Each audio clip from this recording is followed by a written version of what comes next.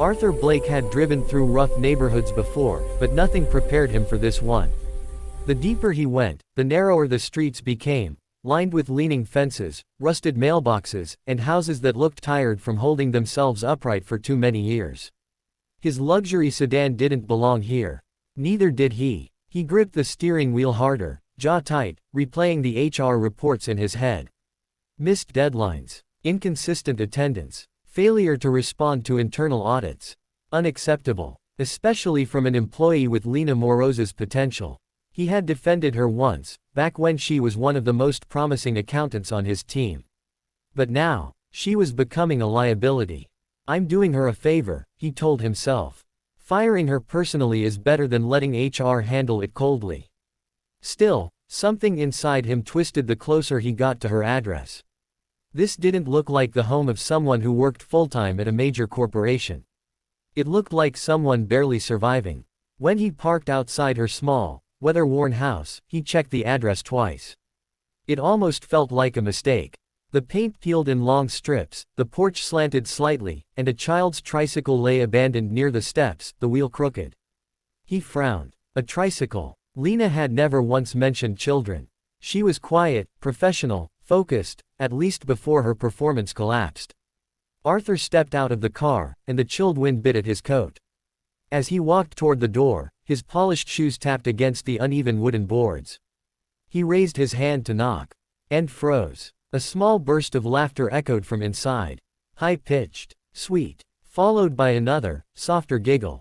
Two different voices. Children. Inside her home. Arthur blinked, unsettled. She lives with kids. Why would she hide that? His fist hovered before finally tapping on the thin door. It opened only seconds later, too quickly, as if Lena had been standing right behind it. And there she was, her hair messy, dark circles under her eyes, apron stained with something that looked suspiciously like soup. Not the composed, neat woman he saw at work. This Lena looked exhausted, fragile. Her face went pale when she saw him. "Mr. Blake," she whispered, gripping the door with both hands. "What are you? How? Why are you here?" Before he could answer, two tiny shadows appeared beside her. A little girl with curly hair peeked from behind Lena's leg, clutching a worn stuffed rabbit. Another, much smaller girl in oversized pajamas stepped forward, wobbling slightly, her breathing shallow. Her cheeks were colorless, and her eyes tired, but she still smiled up at him shyly. "Mommy," she asked, pointing at Arthur, "is he the doctor? Is he here to help?" Arthur felt something tighten in his chest so suddenly he forgot to speak. "Mommy." Two girls. And one of them clearly ill. Lena quickly crouched down beside the smaller girl and steadied her, brushing her hair back with a trembling hand. "No, sweetheart," she murmured softly. He's from Mommy's work." But the girl didn't seem to understand. She only reached a tiny hand out to Arthur, her fingers trembling. Arthur lowered his arm, the one still raised as if ready to deliver a firing speech. It fell uselessly to his side. The words he came to say vanished. His throat was dry. He looked at the small, sick child clutching her inhaler, and for the first time in years, he couldn't force himself to speak. Inside that tiny house, everything he thought he knew about Lena Morose suddenly shattered. Arthur stepped inside cautiously, as if the air itself demanded silence. The interior was dim, lit only by a single lamp whose light struggled to fill the cramped living room. The smell of chamomile tea, medicine, and something baking drifted faintly through the house. He noticed everything at once. The sagging couch patched with mismatched fabric. The stack of unpaid utility bills tucked under a coaster. The children's drawings taped to the wall, bright suns and crooked stick figures, desperate attempts to color a life too gray. Lena closed the door behind him, her hands shaking so visibly she tried to hide them beneath her sleeves. "I'm sorry about the mess," she whispered, avoiding his eyes. "I wasn't expecting anyone." Arthur didn't answer. His gaze landed on the medical nebulizer set up on a small table, its cord stretched across the floor like a lifeline. Next to it sat a folder of prescriptions, all of them old, some torn at the edges. He looked at the younger girl again, Mila. She clung to the stuffed bunny while her tiny chest rose too quickly, each breath a struggle. Something dark and protective flickered inside Arthur. Lena noticed his eyes lingering and swallowed. "She had a bad morning," she murmured. "She's stable now." The older girl, Anya, came to stand beside her sister, eyes wary but curious. "Are you here to take mommy away?" she asked quietly. The question hit Arthur like a punch. "No," he said before he could stop himself. "No, I'm not." Lena's shoulders sagged with relief, but her face remained pale as paper. "Mr. Blake," she began, voice trembling. "I know why you're here." He waited. "You're here because of my missed work, the delays, the errors." She exhaled shakily. "I know I've been failing. I know I deserve whatever decision you made." Arthur expected excuses, anger, maybe even tears. But what he heard instead was exhaustion, bone-deep, honest exhaustion. She motioned for him to sit. He didn't. She sat anyway, sinking into the only chair in the room. The girls settled on the floor with coloring pencils, drawing quietly, stealing glances at Arthur as though he were some mythical creature. "My sister died," Lena began abruptly, as if the words were too heavy to hold any longer. "It happened 2 months ago. Sudden stroke. No warning." Arthur blinked. Her sister. He had no idea. She was a single mother. No one else wanted the girls. They were going to be separated into foster homes. Her voice broke. "I couldn't let that happen." Arthur's gaze softened despite himself. "And Mila?" he asked. Lena rubbed her forehead tiredly. "Chronic respiratory issues. The stress of losing her mother made it worse. The treatment is expensive, and the clinic is across town." That explained everything: the early leaves, the rushed mornings, the disappearing lunches. "I've been trying to work," she said, her voice barely above a whisper. "But with the girls, and their trauma, and Mila's health, she swallowed hard. "I'm failing everywhere. At home, at work, as a guardian." She stared at the floor, ashamed. Arthur's hands curled into fists at his sides, not out of anger at her, but at the crushing weight she'd been carrying alone. "You should have told HR, he said finally, but it came out softer than he expected. Lena shook her head. "I was afraid. I thought they'd fire me, and if I lost this job, I'd lose the girls." Mila coughed weakly, and Lena rushed to her side instantly, holding her close until the coughing fit eased. The girl relaxed into her chest, exhausted. Arthur watched them, Lena's shaking hands, the child's fragile breathing, and something unfamiliar twisted deep inside him. He wasn't sure what shocked him more: the heartbreaking truth, or the realization that firing Lena had just become the last thing he wanted to do. The storm hit without warning, rain lashing against the windows like a relentless drum.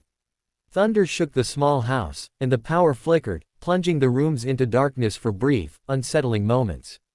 Lena cursed softly under her breath, fumbling to light a few candles and lanterns. The girls huddled close together on the floor, clinging to each other, their small bodies trembling. Arthur stood near the doorway, initially planning to leave, but the sight of them, so vulnerable, so small, kept him rooted. He glanced at Lena, whose face was pale but determined, moving quickly between the children and the flickering lights. She was exhausted, yet she kept her composure for the sake of the girls. He noticed the dark circles under her eyes deepen with every passing minute, the strain in her shoulders as she tried to calm Mila after a sudden coughing fit. "Can I help?" Arthur asked, his voice sounding stranger to him than the storm outside. Lena shook her head quickly, but there was a hint of pleading in her eyes. "You don't have to," she said, her tone firm but tired. "This is just how things are right now." Mila's small voice broke through the patter of rain. "Can you draw with us?" Arthur blinked. "Draw? Yes," Anya said, her eyes lighting up with innocence and hope. "Mommy says you're good at art." Arthur laughed softly, surprised by the lightness of his own voice. It had been years since he had laughed for any reason other than work. Kneeling down beside the girls, he picked up a crayon hesitantly. The girls watched, wide-eyed, as he drew a crooked sun in a small house. Mila clapped her hands softly. "Like mommy," she whispered, giggling between coughs. Arthur's chest tightened. Like mommy, the words struck him in a place he hadn't known was empty. He remembered a life long past, a warmth he had buried beneath contracts, meetings, and spreadsheets. Seeing these two girls, so resilient, so innocent, brought a flood of memories and feelings he had tried to forget. For nearly an hour, they drew together. The storm roared outside, but inside the house, laughter and the soft scratching of crayons on paper filled the air. Lena watched silently from the corner, a mixture of relief and astonishment on her face. She had never seen Arthur like this, soft, patient, almost human. When Mila's coughing finally slowed and the girls leaned back, satisfied with their artwork, Arthur realized he hadn't thought about firing Lena even once. The plan he had rehearsed during his drive, what he would say, the finality of it, all of it vanished in the warmth of that small, chaotic, candlelit room. He looked at Lena, and she met his gaze cautiously, as if waiting for the other shoe to drop. But there was none. Only the quiet realization that something about this house, these girls, had already begun to change him. For the first time in years, Arthur didn't feel like a director. He felt like a guardian, an unexpected protector, and maybe, just maybe, part of a family he hadn't known he needed. The storm had passed, leaving a heavy silence in its wake. Rain dripped steadily from the eaves outside, the ground muddy and glistening under the pale morning light filtering through the clouds. Arthur stood near the doorway, his coat damp, his expression unreadable. He had intended to leave hours ago, but something held him back, a quiet, insistent tug he couldn't name. Lena approached him cautiously, her hands wringing together nervously. Her eyes were still swollen from the stress and fear of the past day, but there was also a flicker of hope in them. I know I've failed you, Mr. Blake, she began softly. I should have told you about the girls sooner. I know I've disappointed the company. I don't expect, she faltered, biting her lip, I don't expect mercy. Arthur remained silent, his gaze sweeping the small living room. The two girls were still asleep on the couch, their tiny hands entwined, breathing evenly now after the storm's terror. He felt a protective ache he had not felt in decades. He thought about all the employees he had fired without a second glance, all the corporate decisions made with ruthless efficiency, and realized how hollow it had left him. You're not fired, he said finally, the words deliberate, steady, almost foreign to his own ears. Lena froze, her eyes widening in disbelief. You heard me. You will continue your position at Blake Tech. But there will be changes, adjustments, accommodations to ensure you can care for the girls without jeopardizing your job. Tears began to well in her eyes. I don't know what to say. I don't deserve this. Arthur shook his head slowly. Deserve has nothing to do with it. What you've done for those children, that courage, that love, deserves recognition, not punishment. Starting Monday, you'll have flexible hours. Remote access when needed. Full medical coverage for Mila. And support for childcare. Lena's hands flew to her face, overwhelmed by the kindness, the generosity, the sheer impossibility of it. She wanted to speak, to express gratitude, but no words were enough. She simply nodded, trembling, and glanced toward the girls, who now stirred softly in their sleep, little smiles on their faces as if sensing the tension breaking in the room. Arthur's gaze softened as he watched Lena and the girls, feeling a strange warmth spreading through him. For the first time, he realized that wealth, power, and control were meaningless compared to the fragile, human moments unfolding in front of him. Why would you do this? Lena whispered, still unsure if she was dreaming. Arthur paused, looking at the children. Mila's pale face, Anya's trusting eyes, they reminded him of someone he had once loved and lost. A memory of his own childhood, of family ties abandoned too soon, came rushing back. Because they reminded me of someone I once lost, he said quietly, almost to himself. The words hung in the air, heavy but healing. Lena's tears fell freely now, and for the first time in months, she felt a weight lift from her chest. Arthur Blake, the unyielding director of Blake Tech, had not only spared her job, he had become an unexpected ally, a protector, and perhaps, the beginning of something much more profound than either of them could have imagined. As he stepped back toward the door, ready finally to leave, he glanced once more at the girls. Mila shifted in her sleep, mumbling softly, and Arthur felt an unfamiliar tug at his heart, a bond forming that neither of them could yet define. And in that quiet moment, he knew that nothing in his life would ever be the same again. Weeks passed, and life at Lena's house began to find a fragile rhythm. Arthur visited often, initially under the pretense of checking in on work matters, but it quickly became something else entirely. He brought books, small toys, and practical gifts for Mila's treatments, and the girl's eyes would light up every time he appeared at the doorstep. The once sterile sense of his presence in her life had shifted. He was no longer just the director from Blake Tech, but a steady, reassuring figure in their chaotic world. Lena watched, sometimes from across the room, sometimes while tucked away in her cramped kitchen, as Arthur sat on the floor coloring with the girls or reading bedtime stories. He seemed almost unnatural in his patience, but the girls adored him, and that softened Lena's heart in ways she hadn't anticipated. She caught herself stealing glances at him, her chest tightening each time he laughed or comforted Mila after a coughing fit. One evening, after dinner, Lena noticed Arthur kneeling beside Mila, adjusting her blanket carefully, whispering encouragement as if speaking to someone much older and wiser than the fragile child before him. "There we go, that's better," he murmured. Mila blinked at him with wide, trusting eyes, reaching up to hold his hand. Anya, perched nearby, looked at Arthur with a mixture of admiration and awe. "You're like a superhero," she said softly, her small voice full of sincerity. Arthur chuckled, a sound so genuine that Lena felt a warmth spread through her chest. "Maybe," he said lightly, "but superheroes need a little help sometimes too." It was in these small, quiet moments, the way he could calm Mila with just a touch, the way he coaxed Anya into laughter with silly voices, the way he listened without judgment, that Lena began to see him not as the intimidating millionaire director, but as someone deeply capable of love and kindness. The house, once dark and heavy with worry, now felt lighter, filled with laughter, crayons, and soft warmth. By the end of the month, Arthur had made no secret of his presence in their lives. He didn't overstep, he never tried to replace Lena. Instead, he became part of their small, fragile family. He would bring groceries, help with doctor visits, and even coordinate minor home improvements, repairs Lena had put off for fear of cost. One quiet evening, as the sun dipped low and painted the room in shades of gold, Arthur knelt down to present the girls with a small gift, 2 matching bracelets.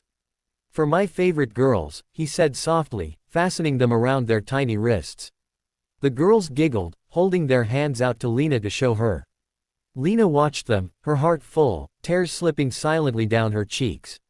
She realized then that the man who had come to fire her had not only saved her career, but had also saved her family in a way she never thought possible. Arthur turned to her, brushing a stray hair from her face, his expression uncharacteristically gentle. "You're part of our family now," he said quietly. "Whether you admit it or not." Lena's breath caught in her throat. She felt the weight of everything that had happened, the fear, the struggle, the endless nights, and now, the hope.